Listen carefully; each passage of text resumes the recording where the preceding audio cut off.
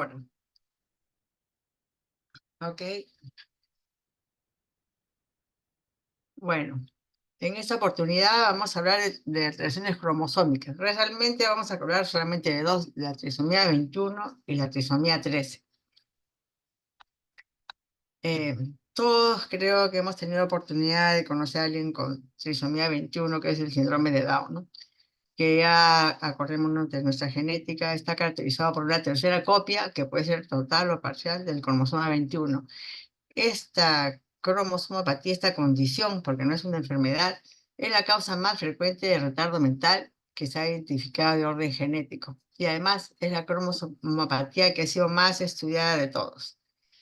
Es muy antiguo la descripción que se dio, ¿no? Y el doctor Down, miren, en 1866, él trabajaba en un hospital donde había diferentes personas con retardo, pero él observó que había un grupo que él llamó étnico por las características físicas que tenían de retrasados mentales que eran muy amistosos, muy cariñosos, risueños, y hizo una observación justo de este grupo, ¿no? Es la primera descripción que hay sobre la trisomía 21. En esos años intentaban explicar qué pasaba con esos pacientes, porque ellos decían de que qué pasaba de que de padres occidentales tuvieran hijos orientales o mongólicos, como le llamaban por los rasgos físicos, ¿no? Le echaban la culpa a las enfermedades y entre ellas pues la tuberculosis. Decían que de repente la tuberculosis tenía esta potencialidad, ¿no? De romper la barrera de la especie, ¿no? Luego, en 1909, recién en Sutherland, él comenzó a relacionar estas personas que nacían con estas características con la edad materna, ¿no? Y ahí le llamaban que era una idiota calmuca o niños inconclusos, ¿no? Y siempre le llamaban mongólicos, ¿no? Recién, miren, en el siglo pasado, hace como 60 años, Lejeune, Gautier y Tupin demostraron que lo que pasaba con estas personas era que tenían 47 cromosomas. Ahí he puesto a Jacobs porque es una dama, dice que por ser dama no la incluyeron en el grupo, ¿no? En el año 61, en una reunión que hubo donde había un descendiente del doctor Down, comenzaron a proponer que esta idiosa mongoloide o mongolitos, como le llamaba, le cambiaran el nombre por síndrome de Down.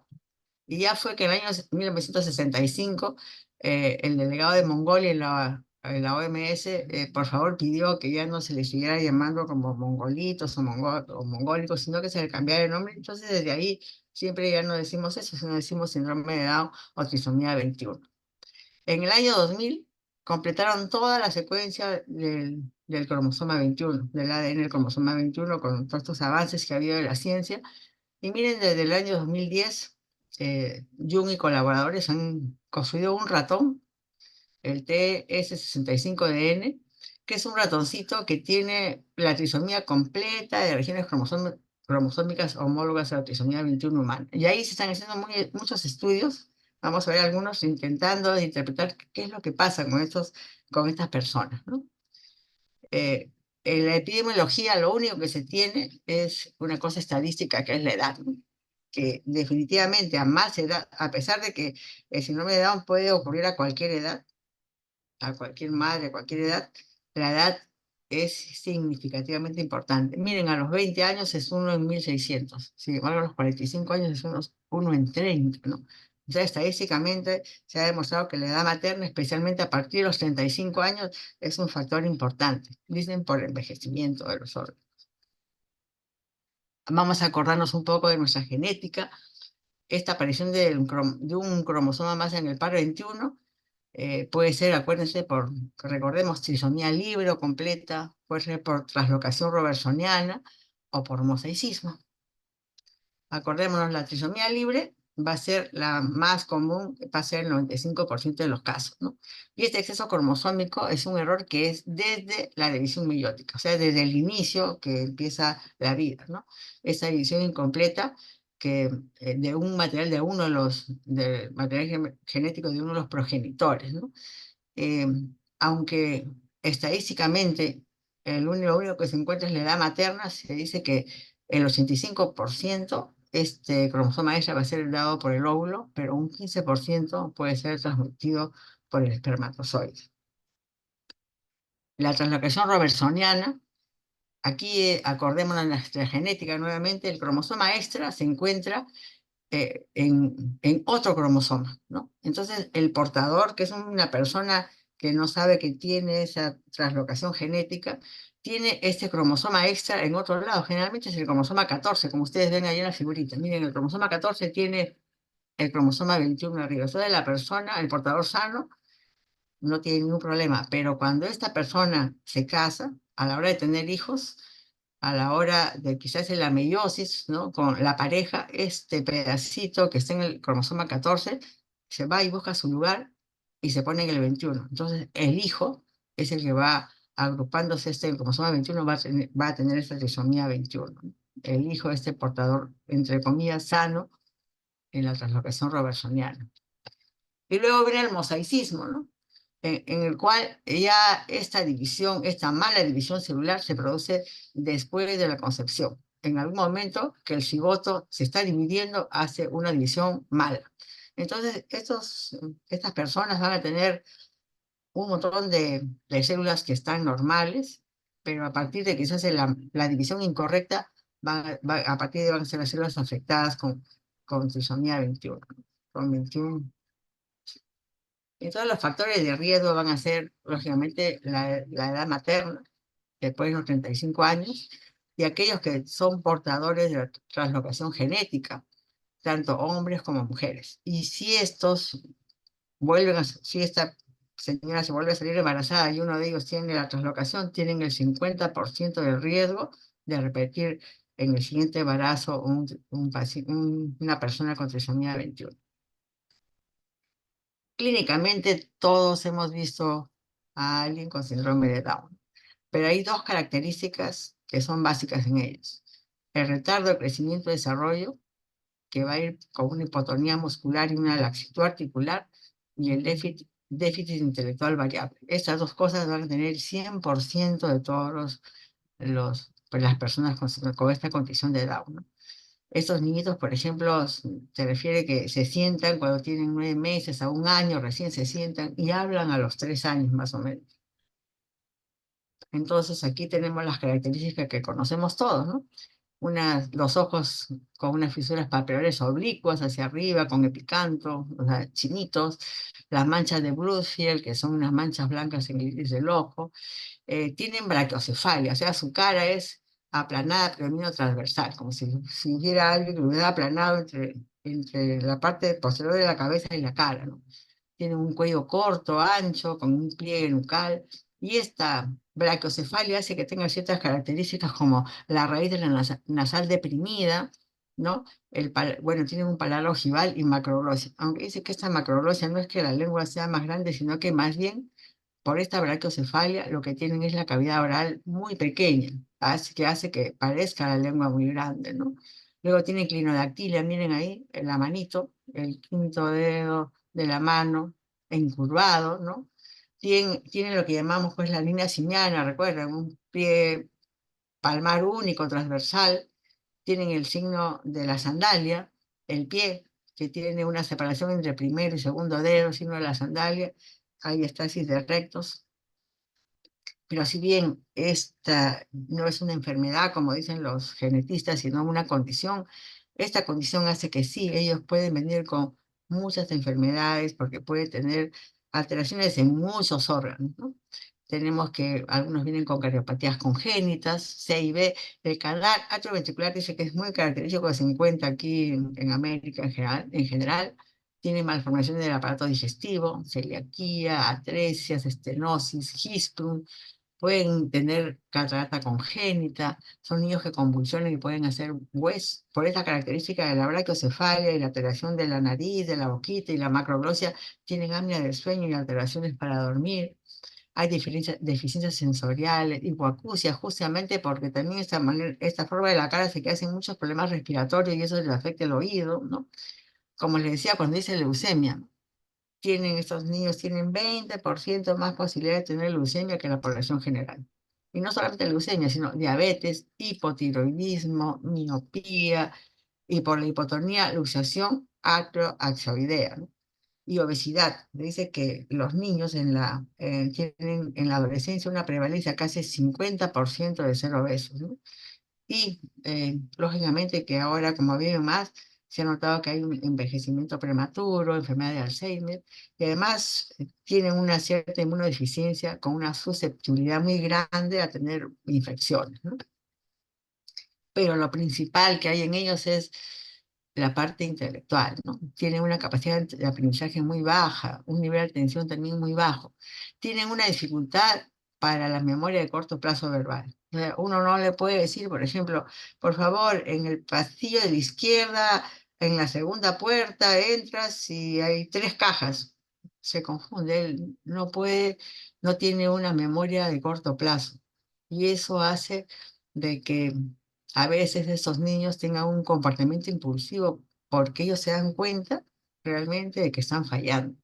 Y al darse cuenta que fallan, al no poder hacer varias cosas que uno les indica a la vez, es que se deprimen y se frustran con mucha facilidad y a veces son impulsivos, ¿no? Y el coeficiente intelectual en ellos va a ir generalmente entre 25 y 75. Miren todas las comorbilidades que trae, ¿no? No es una condición genética, pero que puede llevarle a muchas alteraciones como las comorbilidades que estamos viendo ahí. Pero fíjense ustedes, 100%, como les decía, son la parte de crecimiento y la parte de la discapacidad cognitiva. En los demás, algunas cosas puede haber, otras no, pero es así, son el 100% en todos los niñitos o las personas que tienen síndrome de Down. Cuando han hecho el estudio genético del cromosoma 21, han visto pues que tienen 225 genes conocidos, previsibles, pseudogenes, y lo que han visto es de que en estos genes lo que han encontrado es que en ese ratoncito que les he dicho que han hecho, que es similar a una persona con Down, han encontrado que hay una sobreexpresión o una interacción compleja de estos genes en todos los genes del cromosoma 21. Por ejemplo, han encontrado sobreexpresión incrementada de este gen COL6A1 y lo han relacionado con problemas cardíacos. Cuando han estudiado el corazón de este ratoncito han encontrado que este gen tiene una sobreexpresión. Y así han encontrado una sobreexpresión de muchos genes que han dicho que unos son los responsables de las alteraciones musculoesqueléticas, de la síntesis de ADN, de las alteraciones metabólicas, ¿no? El último, miren, este gen está relacionado con la síntesis de interferón, ¿no? Y el exceso hace que haya alteraciones inmunológicas, ¿no? Estos niños son como inmunodeprimidos, ¿no? Y así han encontrado un montón de trastornos en los genes que dicen que esos son los responsables de las características que tienen estas personas. El diagnóstico, lógicamente, lo ideal es prenatal, ¿no? Y ahora que se hace ecografía en todas las gestantes, entonces si uno tiene una paciente de mayor edad y encuentra en la ecografía que hay una translucencia nucal, una hipoplasia del hueso nasal, cardiopatía congénita, uno puede sospechar de que está viviendo un Down. Antiguamente, porque eso les voy a decir, se hacía una triple prueba de alfa-fetoproteína, estriol, gamma gonadotropina colónica humana y algunos inhibina. Entonces, si teníamos la ecografía sospechosa y esto salía positivo, entonces teníamos que hacer la confirmación con una célula fetal, ¿no? Pero tenía que tener estas condiciones, esta triple prueba positiva y que la madre tuviera 35 años y el padre 50, o a un antecedente familiar de una translocación equilibrada robertsoniana. Entonces lo que se hacían es hacer una amniocentesis o una biopsia de velocidades coriónicas. Había que entrar con una ecografía, pero que tenía mucho riesgo, ¿no? Lógicamente, si voy a entrar a la cavidad donde está el feto, mi riesgo puede ser o aborto o infección. Felizmente, desde el 2012, hace poco tiempo, existe el test de determinación de ADN fetal o prueba prenatal no invasiva de sangre materna. Ya por alguna metodología especial se saca sangre a la madre a partir de las 10 semanas, ¿no? Y ahí se hace el estudio. Se hace una diferenciación con las células fetales y se hace el estudio y ahí uno puede ver, y eso tiene una alta sensibilidad. O sea, ahora no hay que entrar, sino esta prueba fetal es la que nos va a ayudar a ver si es que una madre está trayendo a un niño con estas características. y dice, ¿por qué realizar la prueba? ¿Por qué confirmar el diagnóstico? ¿Qué es lo que nos ayuda? Yo creo que mucho. Y yo les voy a contar un ejemplo. Existe una asociación de pacientes con síndrome de Down. Y una vez escuché una charla en donde estaban entrevistando a un padre y al papá le preguntaron eh, qué momento o qué momento era el más difícil para él. Y él solamente dijo una cosa, cuando nació mi hijo, porque dice que cuando él estaba esperando en esa época no le habían hecho la ecografía, no había tenido ni la prueba fetal ni nada, nació el niño y salió, no dijo quién, pero imagino que será el médico y le dijo, señor, lo siento. Dice, en ese momento él sintió que se le caía el mundo. Pensó, algo le pasó a mi esposa, al bebé. Dice que es un momento, decía el señor, que él nunca, su niño tenía creo como 8 años, podía olvidarlo. Era un momento, fue terrible para él, que no quisiera repetir ni que nadie lo tenga. Y lógicamente, cuando los papás esperamos a nuestro hijo con ansia, ese señor no tuvo ningún momento de alegría, ¿no? Porque desde que nació fue una cosa mala lo que le pasó. Entonces ahí recomendaban los de la selección que debíamos cambiar las actitudes, los médicos, las obstetrices, quien está a cargo, ¿no? Ya que si nos toca eso, debemos salir y decir, señor, bueno, los niños Down también nacen con ABCA9, no todos nacen mal, dependiendo si tienen alguna comorbilidad o no, pero muchos nacen bien. Entonces uno tiene que salir y decir, señor, lo felicito, ya nació su niño, está bien el niño, está con el pediatra, su esposa está bien, que el papá sienta la alegría de haber sido padre, que es lo que todos los padres esperamos cuando tenemos un hijo, ¿no? Luego decirle, bueno, que entre que a verle con su esposa al niño, que venga el niño que tiene algunas cosas que tienen que estudiar, pero que no se preocupe, que nosotros, o sea, los médicos vamos a estar con usted. Decir, algo pasa, pero tengo la ayuda. No decirle de frente, qué pena, ¿no? ¿Qué pasa ahora si es que uno sabe que va a venir un síndrome de Down? Y ahí, disculpen, yo mejor lo hago con ejemplos. Hace 2 años me llamó una amiga de Cusco y me dijo que quería que la ayudara porque el sobrino que vivía en Lima había ido a Cusco a avisar a la familia que estaban esperando un bebé, que a su esposa le habían hecho la prueba esa de ADN fetal y que le habían avisado que era síndrome de Down. Y quería avisar a la familia para que nadie se sorprenda, para que todos lo esperen como ya ellos lo estaban esperando. Y, y fue bien. Yo me he encontrado con esa amiga hace poco y le he preguntado, ¿qué tal? Le digo, ¿cómo está tu sobrino? ¿Qué pasó? Me dice que, claro, ya toda la familia estaba preparada.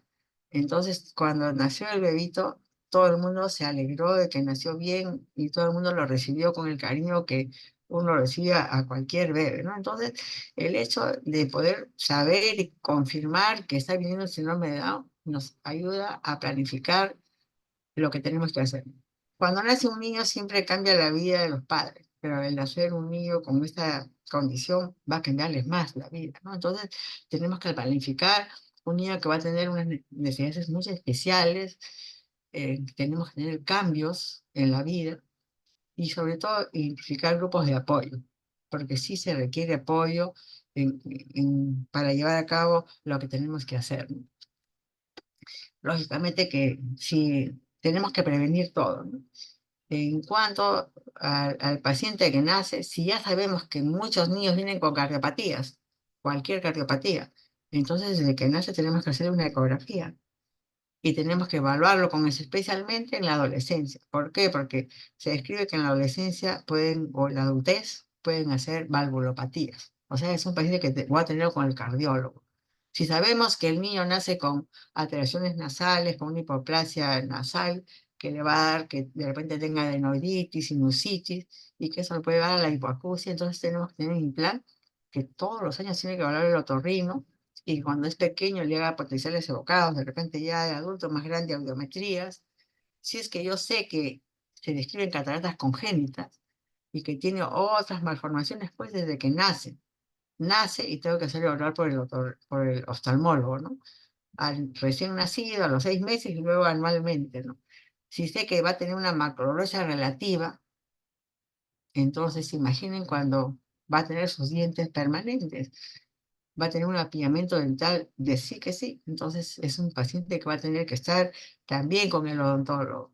Y acá hemos dicho que una de las características principales es el retardo psicomotor. Entonces, eso hace que tengamos a nuestro paciente permanente con hipotonía, que va a llevar a pie plano, que va a llevar a la subluxación axoidea, que vamos a tener que con mayor frecuencia tiene displasia de cadera.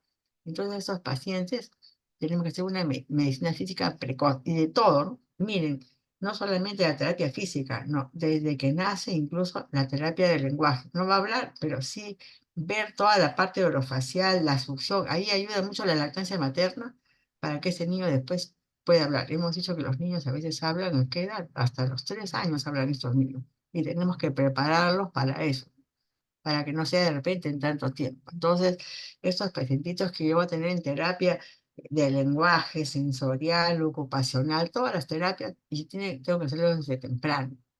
O sea, una medicina física desde que nace, la evaluación con el ortopedista. A los 4 años se le toma una radiografía atlantoaxial para ver si es posible que haga luxación e intervenir sobre eso. Lógicamente, desde el niño, descartar displasia de cadera. Si yo sé que puede hacer 20 veces más posibilidades de leucemia, pues tengo que hacer un hemograma anual y no solamente eso, sino estar atento a cualquier síntoma que tenga el paciente, ¿no? Si sabemos que tiene una deficiencia inmunológica, entonces ahí aquí se describe que estos niños hacen, o estos pacientes en general, porque no solamente son niños, tienen una mortalidad 12 veces mayor que la población general y neumonía 60 veces más. Y esto más en aquellos niños que tienen alguna alteración cardíaca, por ejemplo, ¿no? Entonces acá no podemos descuidarnos vacunar, no podemos hacer que nuestro niño le dé pues algo con neumococo o con hemófilos o alguna cosa viral que hemos podido prevenir con la vacunación. Y siempre intentando usar los antibióticos apropiados, ¿no? Si mi paciente tiene retardo mental, trastorno de conducta, entonces la evaluación neurológica está, de hecho, que hay que hacerla con un apoyo psicopedagógico y la terapia del lenguaje, que le digo que es desde el nacimiento. Si mi paciente eh, que puede ser trastornos tiroideos. Y acá hay que tener mucho cuidado, porque el niño que es Down tiene una expresión, una carita especial, igual que el hipotiroideo. Y muchas veces los niños Down hacen hipotiroidismo, pero no, si no han tenido la precaución de hacer sus controles de hormona tiroidea, no se van a dar cuenta que también tiene hipotiroidismo porque se confunde la carita con la carita del paciente que tiene hipotiroidismo, ¿no? Y obesidad, que les he dicho que en la adolescencia tiene una prevalencia del 50%. Van a tener talla baja. Dice que estos niños Down en la adolescencia crecen y su estatura máxima es 1,45 a 1,50. No, no crecen más, ¿no? Hacen más osteoporosis y problemas de fertilidad. De las niñas Down, o de las mujeres Down, por decir, ya se dice que el 50% son infértiles, pero hay un 50% que son fértiles. De los varones hasta años se decía que eran infértiles todos. Ahora hay algunas publicaciones, pero son así como que hay 3 varones que parece que han tenido hijos Down, a uno de ellos le han hecho todo un estudio porque dudaban que era el hijo de este señor que tenía Down, pero dicen que sí era Down. Entonces los varones es más difícil que sean fértiles, pero las mujeres sí, el 50% son fértiles. Entonces, estos pacientes tienen que tener evaluación por endocrinología siempre y si sabemos que su talla va a ser baja, entonces no podemos usar las tablas normales para el crecimiento de los niños. Entonces la OMS ha hecho unas tablas especiales de crecimiento para de los niños con Down, ¿no? Entonces, resumiendo el tratamiento, miren, lo principal acá va a ser la estimulación del sistema nervioso. En este curso de pediatría nos han enseñado que el cerebro termina de desarrollarse a los 6 años. Entonces, nuestra afán va a ser eso, de hacer todo lo más que podemos en estos 6 años para hacer que su cerebro desarrolle al máximo una estimulación completa. Y acá recomiendo a las mamitas una cosa, porque cuando uno tiene cita en terapia del lenguaje, estamos hablando de niños pequeños, de lactantes, de niños de preescolar de 3, 4 años. Y a veces pues en el carro el niño se duerme, llega a la terapia de mal genio, la terapista le hace la terapia, y a veces el niño no quieren porque ellos no entienden por qué les quieren hacer terapia. Entonces acá lo que aconsejamos a la mamita, y esto no solamente para los niños o los pacientes de Down, sino para cualquiera que recibe terapia, le decimos que la mamita es la que tiene que aprender, porque en casa, si la mamá aprende, en casa la mamá va a tener el momento oportuno, como juego, cuando el niño esté más asequible para hacer la terapia. Y puede hacerla varias veces. Y los niños que tienen hermanitos son aquellos que desarrollan mejor, porque el hermanito es la mejor terapia. Ellos siempre quieren imitar al hermano. Ya se ha visto, el niño que tiene el estímulo en casa permanente es el que va a desarrollar mejor. Un hermanito es lo mejor para a un niño con la condición de Down, ¿no? Luego que estos 6 años hemos intentado que el cerebro vaya al máximo, tenemos que intentar la escolaridad, ¿no? La adaptación curricular. Bueno, felizmente ahora hay colegios inclusivos, integrados, hay incluso colegios especiales. Algunos quieren que tengan shadow o acompañante, pero no importa. La cosa es de que intentemos que el niño entre a esta parte de adaptación curricular y pueda adaptarse, integrarse a una clase y estar con otros niños que sabemos que van a ser el estímulo para ellos, ¿no? No debemos descuidarnos para nada las vacunas, ¿no? Y debemos usar las curvas de precios especiales que hemos dicho que la OMS hace para ello. Y miren, acá tienen este programa especial de salud que ustedes ven, ¿no? En donde hay cosas pues que anualmente hay que hacer la exploración, el estudio de hormonas tiroideas, el hemograma, cada cierto tiempo las evaluaciones oftalmológicas, audiológicas. Entonces lo que se le pide a los papitos es que de manera ordenada destinen un mes al año para que hagan todas las evaluaciones que el niño tiene que completar, ¿no? De repente las vacaciones de ellos o lo que mal les parezca, para que ellos ese mes lo dediquen a hacer todos los descartes que requiere su niñito, ¿no? Miren, el 85% de niños sobreviven al año. No sobreviven aquellos pues, que nacen con lesiones neurológicas o cardiológicas, sobre todo severas, ¿no? Porque algunos nacen con cardiopatías muy complejas. Y de estos que sobreviven, el 50% vive hasta los 60 años y hasta más. Yo no he cambiado el slide, pero ahora dice que 65 años. Mire, hace unas décadas, estoy hablando del siglo pasado, que es hace 20 años, o un poquito más de 20 años, los niños estos eran apartados completamente de la sociedad. Las familias que tenían niños con condición de Down los escondían, los tenían en casa. Entonces, ¿qué cosa? Les faltaba lo que necesitaban, el estímulo. Era terrible. Eran niños que al contrario, empeoraban su situación al ser relegados y escondidos. En cambio ahora estamos en otra etapa, ahora en una etapa de aceptación, ¿no? Aceptación para adaptarlos a todos los medios de aprendizaje, para que ellos, miren, si van a llegar a los 60 años, tienen que tener una cierta autonomía y debemos de prepararlos para ello. Ahora, lógicamente que en esta sesión de síndrome de Down es muy interesante. Ahí tienen cursos para los niños y les enseñan desde cómo tener arreglado su ambiente, cómo cocinar cosas básicas, depende a las condiciones de cada uno, cómo manejar su dinero, dar vueltos, dar plata. Ahí se conocen, hay niños que son parejas, ¿no? Incluso algunos dicen que se van a casar. Miren esa foto de ese niño que se está graduando. Hay universidades, no le puedo decir cuál, pero sí he visto una graduación, un video de una grabación de niños y ahí incluso está la bandera del con niños Down. Es una cosa seguro muy sencilla lo que hace la universidad, pero hace que los niños salgan felices de estar con todo y birrete, como de repente ven en su familia, ¿no? Ahora en los panamericanos, en las competencias deportivas tenemos Down, en el concurso marinera, también tenemos una categoría para ellos. Y eso es lo que se quiere, ¿no? La aceptación y la adaptación lo más que podamos para que ellos tengan cierta autonomía.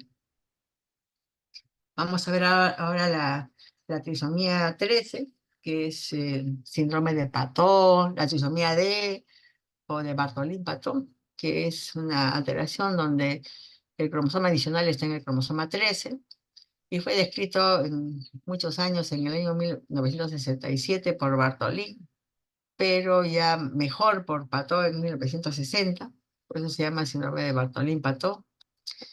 Y acá también tenemos igual, la etiología va a ser la mayor parte van a ser trisomía libre, debido a la dilución que es desde la meiosis, ¿no? 20% va a ser translocación robertsoniana, y este cromosoma supernumerario le gusta estar en muchos cromosomas, en el 14, en el 15, en el 21 o en el 22. Y un 5% va a ser mosaico, ¿no? Aquí ya es cuando es el gameto, ¿no? Y en algún momento hemos dicho que hay una disrupción, y ahí se hace que haya células trisómicas y células normales. Depende en qué momento es que ha comenzado esa cosa que no es adecuada. La prevalencia es, miren, 1 hasta 15.000 nacidos vivos, igual se incrementa con la edad materna, y lo que sí se ha visto que es, tiene una tasa alta de abortos espontáneos, es el 1% del total de abortos espontáneos conocidos. Pero dice que la mayor parte de mujeres que salen embarazadas y tienen esta trisomía 21, un porcentaje muy grande aborta espontáneamente. Vamos a hablar un poco de la clínica.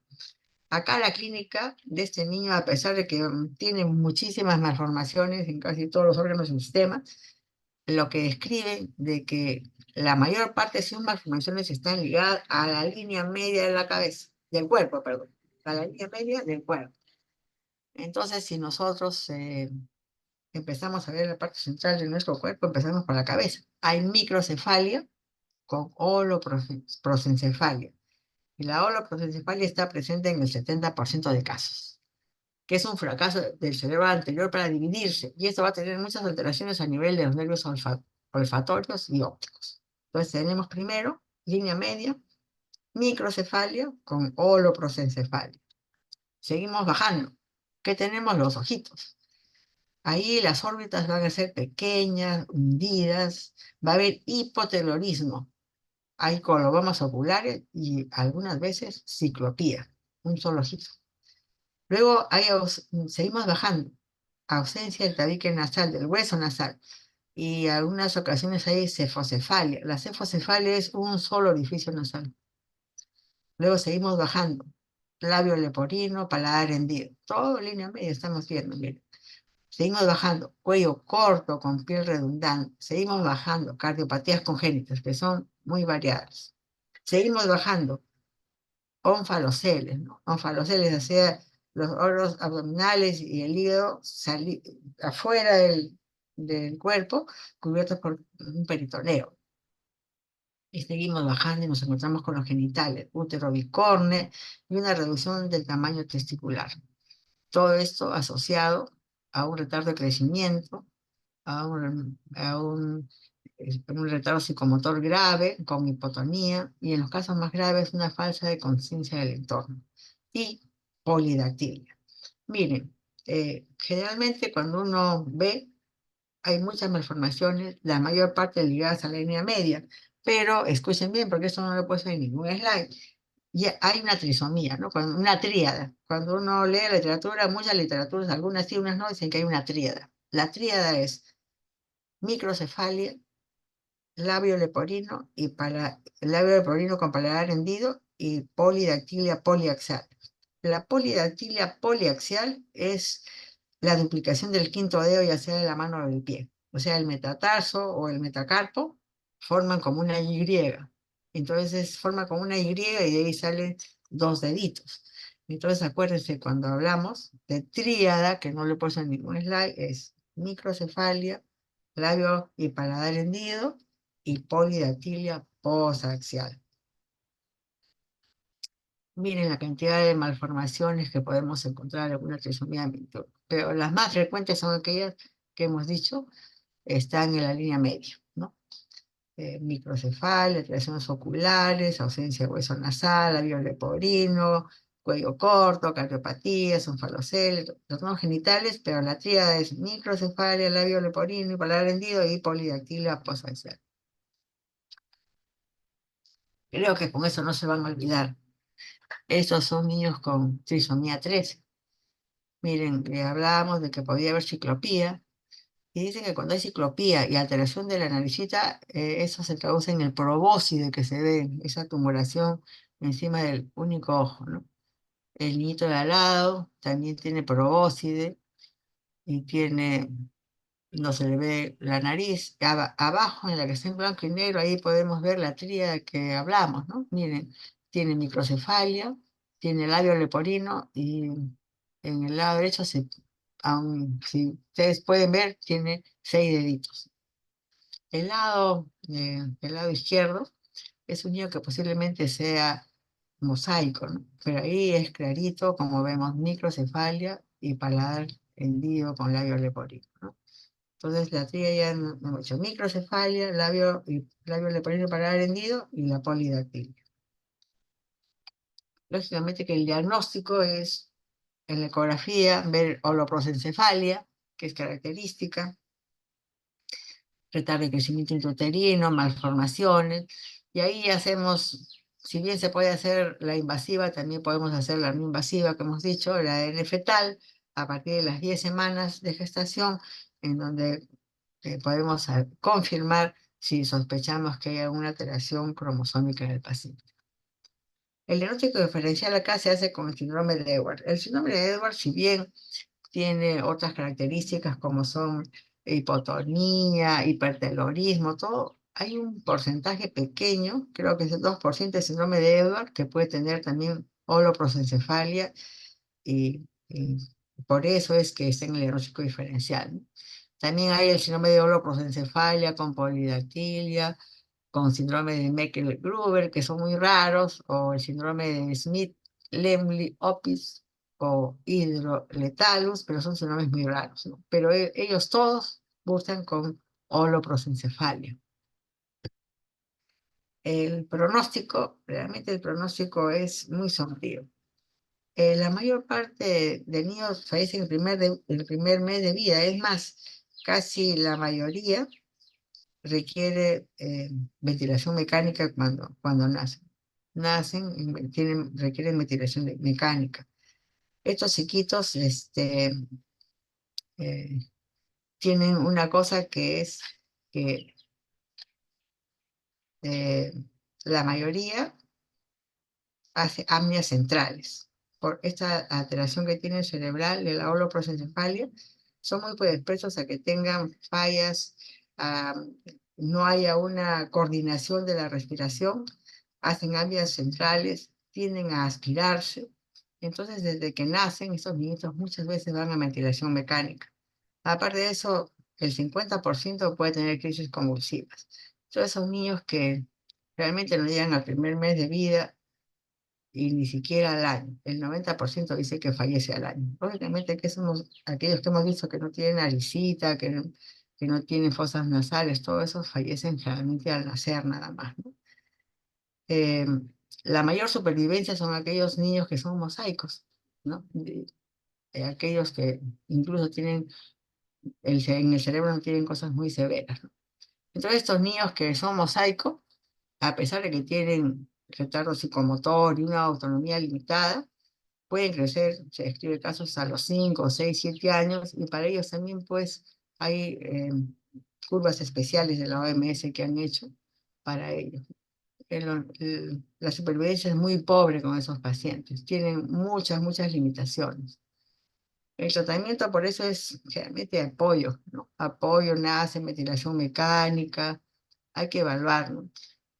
Acá la corrección quirúrgica es un problema ético. Generalmente esos pacientes tienen que ser tratados con juntas médicas, intervenciones multidisciplinarias, porque si bien tienen cardiopatías, muchas veces la parte neurológica hace de que no soporten una cirugía, por ejemplo, ¿no? Entonces hay que verlo de una manera multidisciplinaria en juntas médicas, ¿no? Y como les digo, estos niñitos tienen también aquellos que son mosaicos y que llegan hasta los 5 o 6 años, he leído hasta 10 años de vida, tienen tablas específicas de crecimiento. Miren, este señor Pablo Pineda es un señor que ya tiene síndrome de Down, que es, como ustedes llaman, mediático. Y encontré esto, él decía especial, lo que tengo de especial son unos padres y un entorno que ha luchado porque yo sea lo más autónomo posible. Y sí, realmente, hace poco yo a él tuve oportunidad de verlo en una conferencia que le hicieron en la televisión española.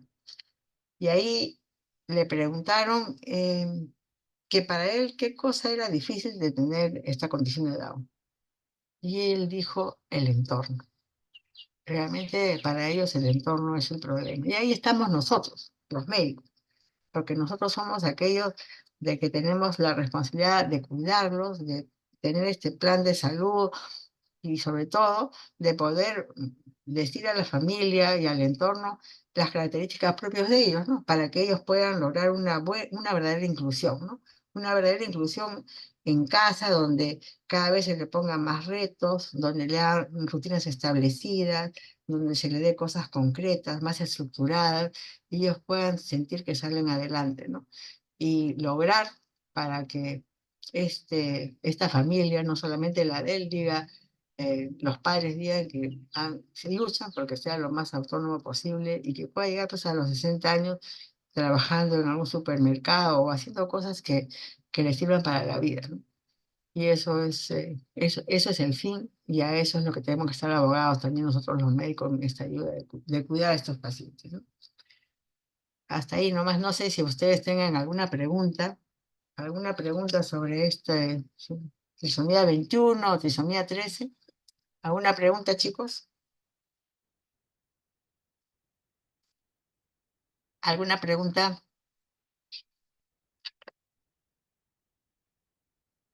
Me parece que no, doctora, estaba claro. Bueno, si no hay ninguna pregunta, me despido de ustedes hasta mañana. Hasta Gra- luego. Gracias, doctora.